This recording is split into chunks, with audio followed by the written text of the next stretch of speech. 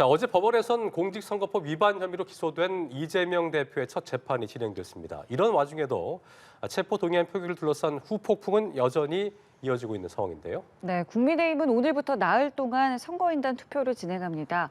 당권 주자들의 막판 당심 잡기가 한창인데요. 오늘 두 분과 정치권 소식 짚어보도록 하겠습니다. 네. 원영석 국민의힘 공정미디어소위위원, 설주환 더불어민주당 법률위 부위원장 나오셨습니다. 안녕하세요. 어서 오십시오. 안녕하십니까. 네.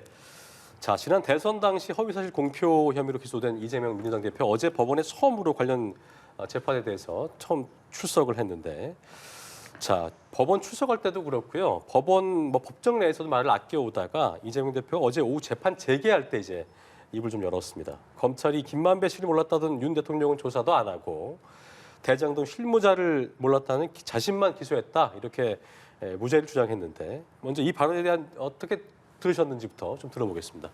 의원님. 이재명 대표는 허위 사실로 재판받으면서 또 허위 사실을 말씀하시는데, 지금 이제 그 대통령께서 후보 시절에 김만배 씨를 몰랐다고 말을 한 게 아니고요. 김만배 씨의 누나가 본인의 부친의 그 부동산을 매수했다는 걸 몰랐다고 이야기를 한 거예요. 그리고 그걸 알고 나서 그 다음에 이제 2021년 9월 29일에 바로 그 기자들하고 같이 해명 그 인터뷰를 합니다. 그 해명 인터뷰의 동영상이 지금도 남아 있거든요. 거기서 보면 이제 김만배가 법조 기자여서 그 서울지검하고 대검 여기를 왔다 갔다 하고 자기도 이제 인사이동하면 서울지검에서도 근무할 때가 있는데, 그래서 본인이 김만배를 몰랐다라고 말할 수는 없다. 다만 이제 친분이 있는 건 아니다. 그리고 이제 상갓집 가서 검찰 간부 상갓집 가가지고 눈인사 정도 했고, 그것도 실제로 얼굴 본 지는 한 9년, 10년 정도 된 것 같다. 이게 동영상으로 남아 있는 정확한 워딩입니다. 그래서 그 김만배를 몰랐다라고 했는데 그것이 친분이 있다라는 취지가 아니다라는 그 취지의 문제가 아니고요. 워딩 자체가 친분이 있는 건 아니다라는 워딩이었거든요. 그런데 이거를 검찰에서 해명을 뭐 이상하게 하는 건지, 아니면 검찰은 정확하게 해명을 했는데 언론에서 이상하게 받은 건지 모르겠지만, 마치 대통령께서 그 당시에 김만배를 몰랐다고 말을 했다. 그런데 검찰에서는 그것이 친분이 있는 건 아니라는 취지이기 때문에 의견 표명이라고 해서 각하시켰다, 이렇게 말을 하고 있는데, 그건 아니고 친분이 없다라는 게 정확한 워딩입니다. 친분이 없다. 예. 그러니까 뭐 몰랐다기보다는 친분이 없다. 예, 그게 통화할 정도의. 어떻게 모를 수가 있느냐. 그러나 친분이 없다. 이게 정확한 워딩입니다. 자, 그렇다면 그러니까 어떻게 보면은 수사 형평성에 대한 항변이었는데, 설 부위원장은 그거 어떻게 좀 들으셨어요? 좀 말씀 잘해 주셨어요. 그러니까 이재명 당시 후보가 얘기한 것도, 그러니까 친분이라든지 아니면 이 사람에서 그러니까 잘 안다, 모른다. 그러니까 지금 검찰에서 얘기하는 것은 대장동 사건을 피해가기 위해서 당시 이것을 실무적으로 처리를 했던 김문기 씨를 몰랐다고 한 거 아니냐. 네. 본인에 대한 대장동 의혹을 끊어내기 위해서 그런 것이 아니냐라는 것인데, 실무자에 대해서 당시의 기억이 그러니까 그 다음에 라디오 나와서도 그 인터뷰를 하시지 않습니까? 내가 기억 인지를 못했다라고 하시지 않습니까? 그러니까 정확하게 몰랐다는 거예요. 그러니까 오히려 저는 그런 생각도 해봐요. 일면식이 없습니다라고 했으면 저는 문제가 있다고 봐요. 그 김문기 씨 본 적도 없다. 이랬다고 한다면 그럼 문제가 생길 수도 있죠. 김문기 씨. 그리고 저는 예를 들어서 당시에 뭐 이 사건과 관련해 가지고 대장동 사건과 관련해 가지고 그냥 김문기 씨 아느냐 모르냐라고 물어봤던 것에 대해서 당시 기억이 잘 안 난다라는 거였거든요. 몰랐다는 의미가. 그러니까 저는 당시 이재명 대표가 당시 후보 시절에 이 부분에 대해서 얘기를 한 것에 대해서 과연 이게 기소할 거리인가? 저는 어저께 그 말씀도 마찬가지라고 봐요. 윤석열 당시 후보, 지금 현 대통령께서 김만배를 몰랐다. 어떻게 김만배를 몰랐다 할 수가 있지? 본인의 김만배의 누나가 본인의 아버지 집을 사줬거든요. 그리고 특히나 윤석열 대통령과 또 같이 함께 특수부에 있었던 박영수 특검 같은 경우는 굉장히 친하지 않습니까? 근데 김만배 씨가 박영수 특검에 대해서는 굉장히 잘 안다는 것이 이제 뭐 여러 가지 정황상 나타난 일이고, 그렇기 때문에 윤석열 대통령이 몰랐다, 당시 후보 시절에. 저는 같은 내용이라고 봐요. 그렇기 때문에 이런 부분에 대해서 이재명 대표가 어저께 이제 검찰 수사의 형평성에 대해서 얘기한 것은 아닌가라는 생각합니다.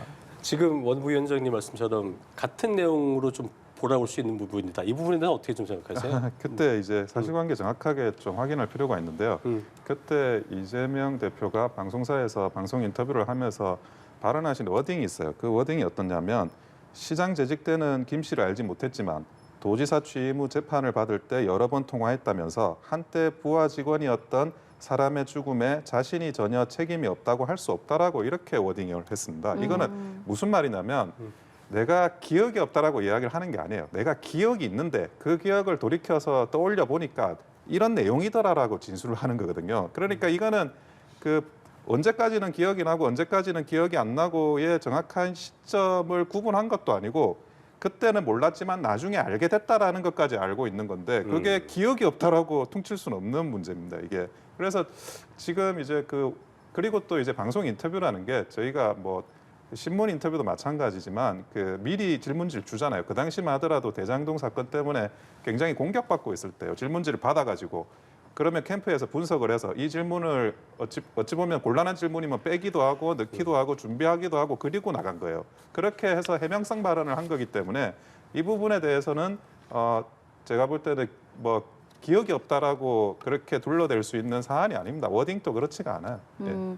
검찰은 증거로 사진을 제시했잖아요. 근데 예. 이제 이재명 대표 측에서는 이것은 이제 주관적인 인지 상태이기 때문에 해석의 영역이 있다고 주장을 하고 있는 부분이고요. 네. 이게 앞으로 어떻게 좀 다퉈질 거라고 보세요? 그러니까 과거에 만났다거나 뭐 그 골프 여행 간 사진이라든지 뭐 이런 동영상도 있고요. 예. 뭐 이런 부분들 다 증거로 제시가 될 거라고 지금 생각을 하고 있고요. 제시했다는 얘기도 있고 예. 그렇기 때문에 이 부분에서 근데 어울리고 그 뒤에 어떤 관계를 예를 들어서 내가 이 사람과 예를 들어서 지속적인 관계, 그다음에 지속적인 영향력을 주고 받을 수 있는 사이였느냐 네. 이런 부분이거든요. 근데 같이 여행을 한번 갔다 그래서 다 아는 사이다. 근데 이 사람을 왜 몰랐다고 하느냐. 그러니까 그런 부분 주관적인 정말 재판장이 이재명 대표의 예를 들어서 머릿속에 들어가서만 확인할 수 있는 거예요. 그 부분을 가지고 지금 안다 모른다라는 걸 가지고 저는 기소한 것 자체도 상당히 좀 무리가 있었다고 보지만은 네. 이 부분에 대해서 어저께도 얘기가 나왔듯이 뭐 공직선거법상의 어떤 이 행위인가 네. 이게 그러니까 당선 목적으로 인해서 허위사실 공표를 한 것인가 예. 이런 구성 요건에 법문에 있는 구성 요건에 과연 해당할 것인가도 일단은 따져봐야 될 문제이고 뭐 이 부분에 대해서 뭐 저는 상당히 이 사건이 나중에 선거법상 허위사실 공표와 관련해서는 상당히 중요한 판례가 될 거라고는 생각을 합니다. 대법원까지 가겠지만은 예. 대부분 이제까지 허위사실 공표로 처벌받는 것들은 대부분 어떤 것들이냐면 내가 어떤 후보가 제가 예를 들어서 어떤 정책을 추진하겠습니다. 어디에 뭘 건설하겠습니다. 근데 그런 사실 없었다. 뭐 아니면 그런 내용이 전혀 아니다. 이런 걸로 보통은 처벌이 됐던 것이지 누구를 뭐 주관적인 인식을 통해서 안다 모른다 이런 걸 가지고 처벌한 사례는 극히 드물거든요. 거의 저는 본 적은 없는데 이 부분과 관련해 가지고 상당히 저는 결론이 대법원까지의 결론이 상당히 주목되는 판례가 되지 않을까 싶은데 저는 그렇다 손 치더라도 네. 이재명 대표에게 이 김문기 씨 부분 저는 뭐 오히려 그 더 다퉈질 부분은 백현동과 관련한 어떤 뭐 협박으로 자기를 인식을 했다는 부분. 예. 저는 이 부분이 더 다퉈지지 않을까라는 생각을 해봅니다. 예. 자, 그리고 지금 이 재판이 이제 어제 시작됐는데 이제 어제를 기점으로 이제 시작이 되는 겁니다. 2주에 한 번씩 열릴 예정인데 그렇습니다. 이것에 대해서 과연 당무를 잘 할 수 있겠느냐, 2주에 한 번씩 나가는 것이. 왜냐면은 지금 이 재판 출석뿐만 아니라 이제 앞으로 진행되는 수사들도 있을 것이고요. 그렇죠. 여러 가지 것들이 있기 때문에요. 이 부분 좀 어떻게 보십니까? 그러니까 뭐 아직 현실화되지는 않은 일이죠. 근데 예상은 충분히 그렇게 해볼 수 있을 것 같아요. 지금 2주에 한 번씩 금요일마다 거의 집중 심리적으로 하기 때문에 예. 어저께와 보다시피 오전부터 시작해서 오후까지. 그러니까 그렇죠. 평상 일반 재판은 아니거든요. 일반적으로는 재판하게 되면 보통 뭐 5분, 10분 정도 하고 끝나거든요. 7시간이면 굉장히 긴 이례적인 거죠. 거죠. 엄청 긴 거죠. 그러니까 재판부도 이 사건을 거의 하루 내내 이걸 계속 본다는 얘기거든요. 예. 그렇기 때문에 최대한 빨리 끝내려고 하고 그다음에 공선법상은 지금 1심은 6개월 내에 최대한 마무리를 할 수 있도록 지금 권고가 돼 있어서 아마 6개월 내에 끝날 저는 확률이 굉장히 높다고 봅니다. 증인도 많은 사건이 아니고 이 예. 부분은 뭐 그냥 판단의 문제일 거라고 봐요. 그렇기 때문에 이 부분에 대해서 뭐 하는데 저는 뭐 이재명 당대표가 당무를 하는 데는 별 지장은 없을 거라고 그래요? 생각합니다. 보통 이재명 대표가 뭐 예를 들어서 금요일 날 못 할 것 같으면 보통 그 전에 보통 다 해놓던지 그다음에 아니면 주말을 통해서 또 당무를 하든지 그렇기 때문에 당일에 벌어지는 어떤 사안도 있지 않겠습니까? 이제 그런 부분들은 그 재판 끝나고 저녁 때라도 어떻게든 뭐 긴급하게 해야 될 일이 있다고 한다면 그렇게 당무에 대해서는 아직까지는 이 사건만 봐서는 크게 문제가 뭐 지장을 받을 것이다라고 네. 생각되지는 않고 네. 이제 오히려 나중에 뭐 더 불거질 수가 있는 지금 뭐 수원지검에서 하고 있는 쌍방울 사건이라든지 네. 뭐 지금 검찰에서 얘기가 나오고 있는 뭐 백현동 사건이라든지 뭐 이런 부분에 대해서 수사가 같이 된다고 한다면 뭐 이 부분 조금 지장은 있을 수 있겠습니다만은 이재명 대표가 워낙 좀 뭐 본인 일을 더 뭐 이게 했죠. 그러니까 뭐 더 발굴해서 하는 스타일이에요. 그렇기 때문에 저는 뭐 일을 하시는 데는 별 지장은 없지 않을까 사실 뭐 싶습니다. 이번 주 같은 경우도 전날은 재판 준비하느라 그랬고 네, 네, 이번 네, 또 어제도 이제 오후까지 재판마느라 네, 소화를 네, 네. 못했다고 했는데 그런 부분 때문에 이제 어떻게 보면은 이재명 대표에 대한 사법 리스크가 본격화한 게 아니냐는 뭐 분석도 나오고 있는 상황인데 상대당의 입장으로서 어떻게 좀 바라보고 계십니까? 이 부분에 대해서는 사실은 이제 그 민주당은 당무가 저는 마비 상태라고 생각을 하고 있습니다. 마비 상태다. 예. 지금 이제 뭐 이 공직선거법 같은 경우에는 뭐 대장동이나 나중에 쌍방울 사건 이런 거에 비하면 사건 자체는 가벼워요. 물론 이제 100만 원 이상에 대해서 뭐 이게 그 피선거급 문제 뭐 434억이라는 선거 보존 비용에 대한 네. 그거를 이제 그 반납하는 문제가 있어서 그렇지 사건은 간단한데 그런데 이거를 2주일에 한 번씩 지금 하지 않습니까? 네. 2주일에 한 번씩 출석을 하면 출석하기 전에 또 그 언론에서 집중 조명할 거고 출석하면 출석하는 날 조명하고 출석하고 나오면 또 출석했을 때의 모습 가지고 다시 조명하고 그러면 그 민주당은 다른 당무를 뭘 하는지가 뉴스에 나오질 못해요. 그럼 지금은 이제 이 사건 하나잖아요. 그런데 이제 좀 있으면 불구속 기소로 대장동 사건이 들어가요. 그러면 그 대장동 사건도 사건이 워낙 복잡하고 길어가지고 제가 볼 때는 뭐 이 이상으로 집중 심리를 할 것 같은데 그러면 그 민주당의 모든 당무는 그 이재명 대표의 재판 중계로 그냥 끝나는 겁니다. 뭐 다른 이야기를 할 수가 없어요. 뭐 그거를 이제 여당을 견제하기도 대통령실을 견제하기도 대통령을 견제하기도 뭐 그런 것들이 사실상 불가능한 상태인데 근데 그러면 이 당무라는 게 아니 당무라는 게 당의 야당의 저희도 그 야당 생활 해봤지만 야당의 당무라는 건 언론에 나오지 않으면 그 당무는 존재하지 않는 거랑 똑같거든요. 아니 무슨 말을 하든지 언론에서 받아주진 않는데 그거를 뭐 하늘 아래 뭐 엄청 만리장성을 쌓았다 그래서 그게 사람들이 못 알아주면 그 당무는 없는 거예요. 근데 지금 언론의 공보에 이재명 대표의 사법 리스크로 천지가 뒤덮이는데 어떻게 그 당무가 진행될 수 있을지 저는 사실은 뭐 불가능한 일이라고 생각하고 있습니다. 네. 상대당의 입장인데 어떻게 보면 좀 어떻게 뭐 충분히 그렇게 예상할 수도 있죠. 저는 그 부분에 대해서 뭐 우려가 있다는 것은 뭐 당 내외에서 전부 다 저는 예측도 한다고 봅니다. 그렇지만은 그렇다고 해서 뭐 이재명 대표가 과거에도 뭐 본인이 밝혔다시피 경기도지사 시절이었는데 성남시장 때부터 계속 이런 재판을 이어져 왔었거든요. 수사도 뭐 엄청 많이 받으셨고 그렇지만은 뭐 본인 업무를 하는 데 있어서 소홀히 한 적은 저는 별로 뭐 그 업무와 관련해서 업무를 소홀히 했다라는 내용을 들어보지는 못했던 것 같아요. 지금도 마찬가지입니다. 뭐 방금 얘기해 주신 대로 원민아 선생님께 얘기해 주신 대로 뭐 여기에 뉴스가 거의 빨려 다 들어가서 민주당이 뭘 하겠다라는 것에 대해서 잘 나오지 않을 수도 있습니다만은 그렇지만은 이재명 대표만 민주당에 계시는 건 아니거든요. 그러니까 최고회의라든지 여러 가지 지금 정치개혁과 관련해 가지고 아마 뭐 올해 1년은 내년 총선을 위한 어찌 보면 한 해가 될 수도 있다고 봅니다. 가장 중요한 것이 지금 뭐 국회의장이 주도를 하고 있는 정치개혁이 가장 중요하지 않을까 싶은데 이런 부분에 있어서도 지금 이재명 대표는 뭐 당 내에서도 상당히 연구를 많이 하고 있고 이재명 대표도 이 부분에 대해 상당히 신경을 많이 쓰고 있기 때문에 본인의 재판을 받는다, 본인의 수사를 받는다는 이유만으로 당무를 게을리할 것이다라고는 생각하지 않고 만약에 그렇게 된다고 한다면 예. 본인이 나중에 결단을 하시게 뭐 또 다른 대책을 세우지 않을까 생각합니다. 예.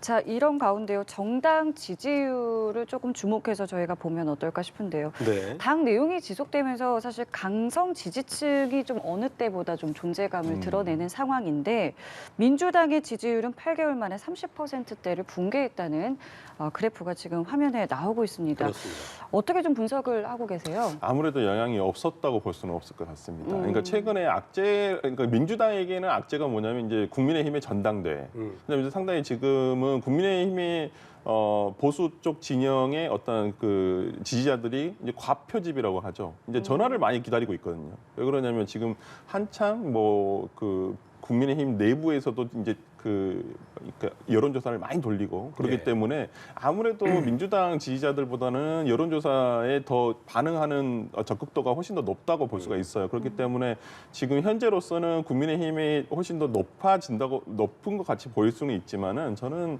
어찌 보면 이것이 국민의힘의 전당대회를 지금 목전에 두고 있기 때문에 오히려 조금 과표집된 부분, 그러니까 착시 현상이라고 저는 생각을 하고요.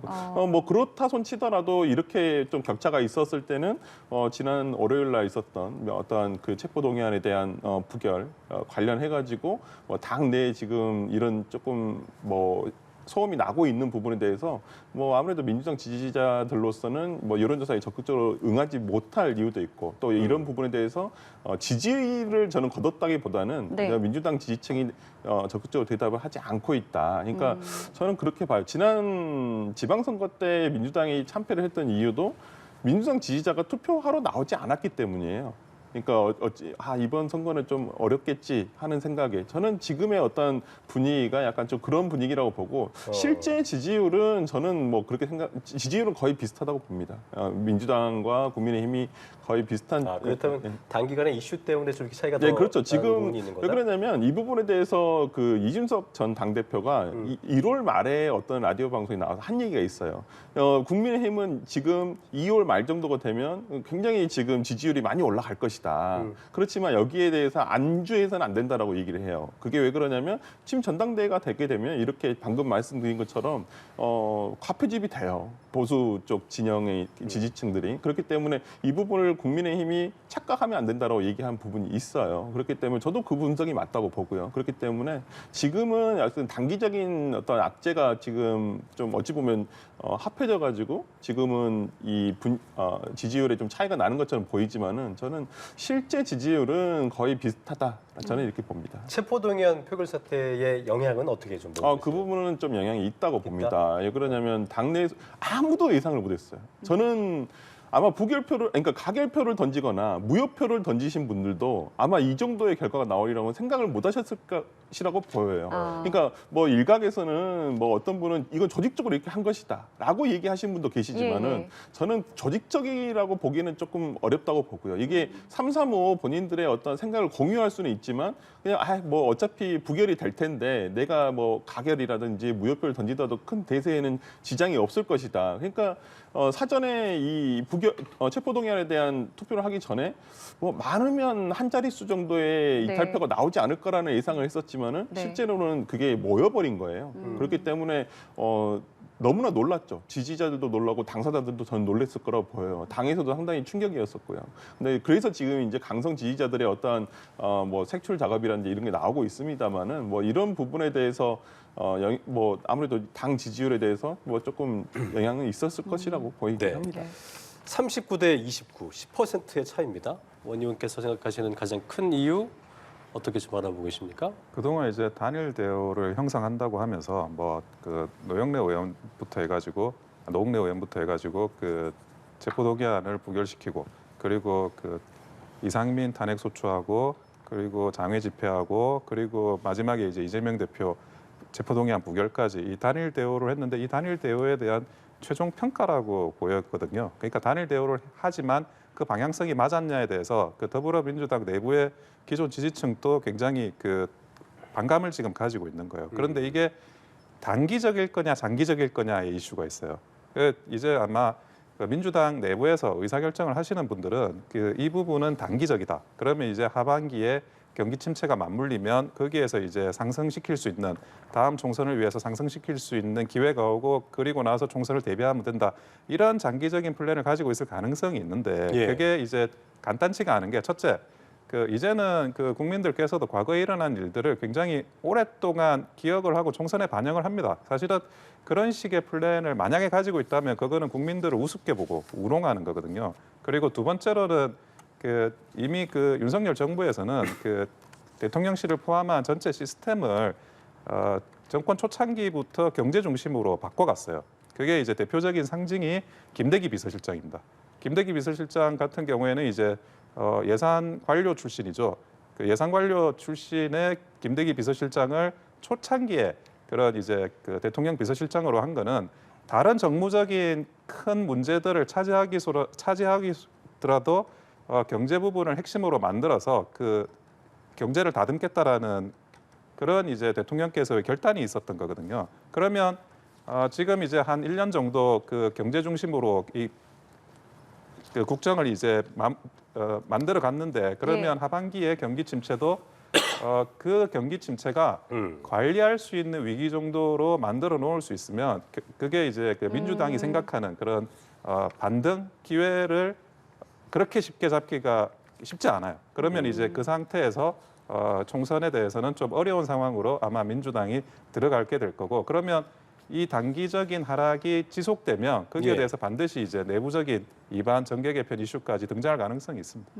그렇군요. 네, 민주당은 이제 50억 클럽 특검법을 단독 발의했고 어제 국민의힘 전당대회는 이제 마지막 TV 토론회를 하면서 이제 오늘부터 투표가 진행이 되고 그렇습니다. 있습니다. 예. 자, 국민의힘 이야기 좀 해보겠습니다. 어제 이제 TV 토론 마지막 있었는데요.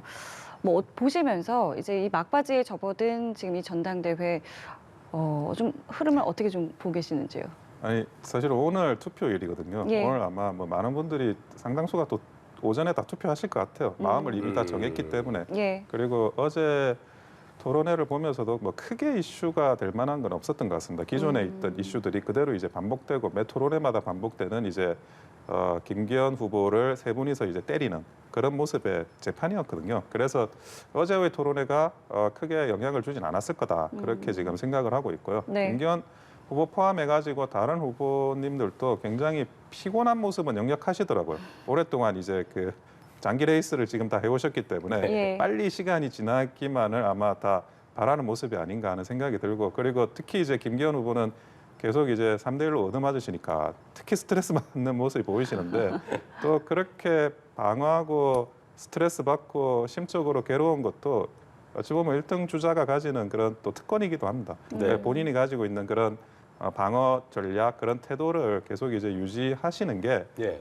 앞으로 이제 며칠 남지 않았지만 또 그 상황을 이제 잘 마무리 지을 수 있는 방안이라고 보이고요. 나머지 후보들도 결국 이제 이 전당대회를 통해서 남겨가야 될 것들이 다 있거든요. 네. 각 세 주자들이 남기셔야 될 이슈들이 다 있어요. 안철수 대표는 정체성, 전하람 후보는 이제 뭐 본인의 인지도, 그리고 황교안 대표는 과거에 대해서 이제 자기가 총선 실패했던 거에 대한 어떤 이제 앞으로의 반성과 계획 이 세 가지를 전부 다 남기셔야 돼요.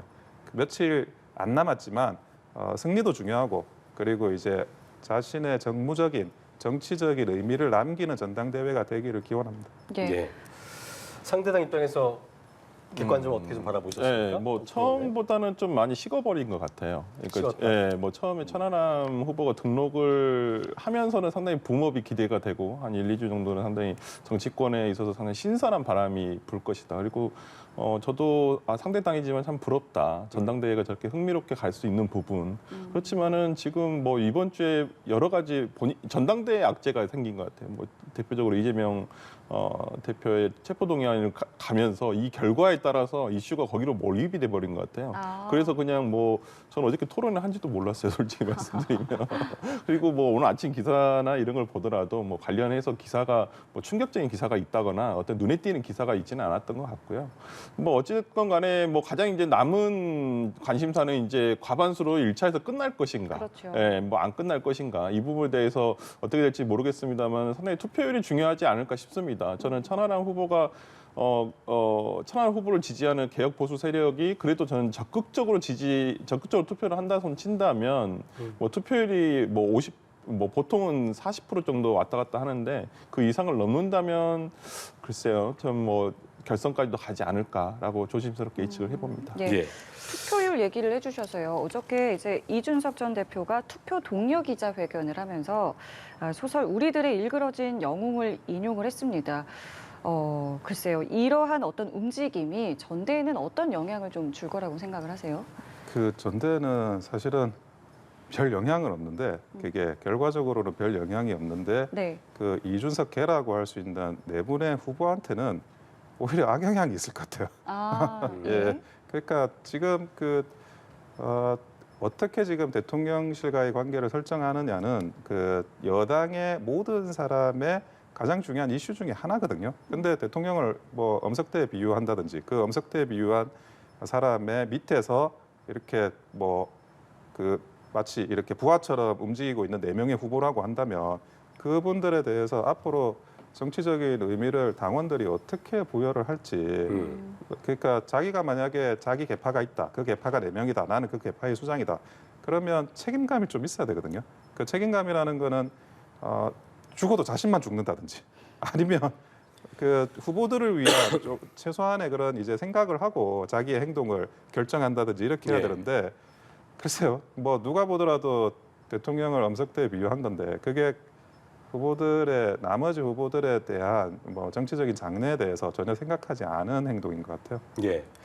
김기현 후보는 엄석대란 그거의 그 발언에 대해서 이재명 대표를 지지한 것으로 이해한다 이렇게 얘기하긴 했는데 상대방 입장에서 어떻게 좀 그걸 들으셨습니까? 책 안 읽으신 것 같아요. 제가 보니까 책을 읽어보자거나 아니면 그 영화화 되지 않았습니까? 보신 기억이 있으면 엄석대가 이재명이라는 그 이재명하고 또 어떻게 연결이 되죠? 저도 아무리 생각해도 연결이 안 되던데 김기현 후보가 뭐 조금 뭐 일부러 그러신다라고 해서는 알고 있어요. 요즘 김기현 후보의 워딩에서 보면 이 모든 게 다 이재명 민주당 탓이다 이렇게 말씀하고 계셔서 뭐 그런 식의 어떤 그런 유에서 뭐 말씀을 하신 거라 생각이 드는데 어저께 이준석 대표 그러니까 전 대표가 얘기한 거 보면 본인은 엄석대가 윤석열 대통령이라고 얘기하지는 않는다. 그냥 네. 해석에 맡겨두겠다라고만 하시더라고요. 네. 이렇게 라디오 후속으로 이어진 라디오 인터뷰에서 보니까. 근데 그걸 해석하는 사람들은 당연히 지금 엄석대라는 사람이 그 과소설성의 엄석대가 윤석열 대통령이구나 이렇게 판단할 수밖에 없을 것이라 생각을 해요. 저는 그런 흐름이 또 이제 전대에 영향을 좀 줄 거라고 보세요. 저는 어찌 보면 이게 저는 이게 긍정적인 영향도 있을 수 있고 부정적인 영향도 있을 수 있을 것 같아요. 그러니까 주류 입장에서 봤을 때 국민의힘 네. 주류 입장에서 봤을 때는 상당히 이준석 전 대표에 대한 비토감이 엄청 심하거든요. 그러면 이거 안 되겠다. 오히려 여기에 대해서 우리가 응징을 해야 되겠다. 응징 투표로 갈 수도 있고요.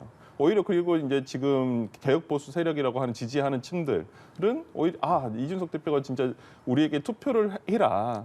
정말 한 명도 빠짐없이 이 부분에 투표를 해서 우리가 성과를 보여주자. 어떤 결집을 요구하는 신호라고 볼 수도 있거든요. 그렇다고 한다면 어쨌든 간에 투표를 올리는 데 좀 도움이 되지 않을까라는 생각을 해봅니다. 예, 알겠습니다. 오늘 두 분 말씀 저희 여기서 마무리 짓겠습니다. 네. 지금까지 원영석 국민의힘 공정미디어 소위위원, 설주원 더불어민주당 법률위 부위원장과 함께했습니다. 고맙습니다. 고맙습니다.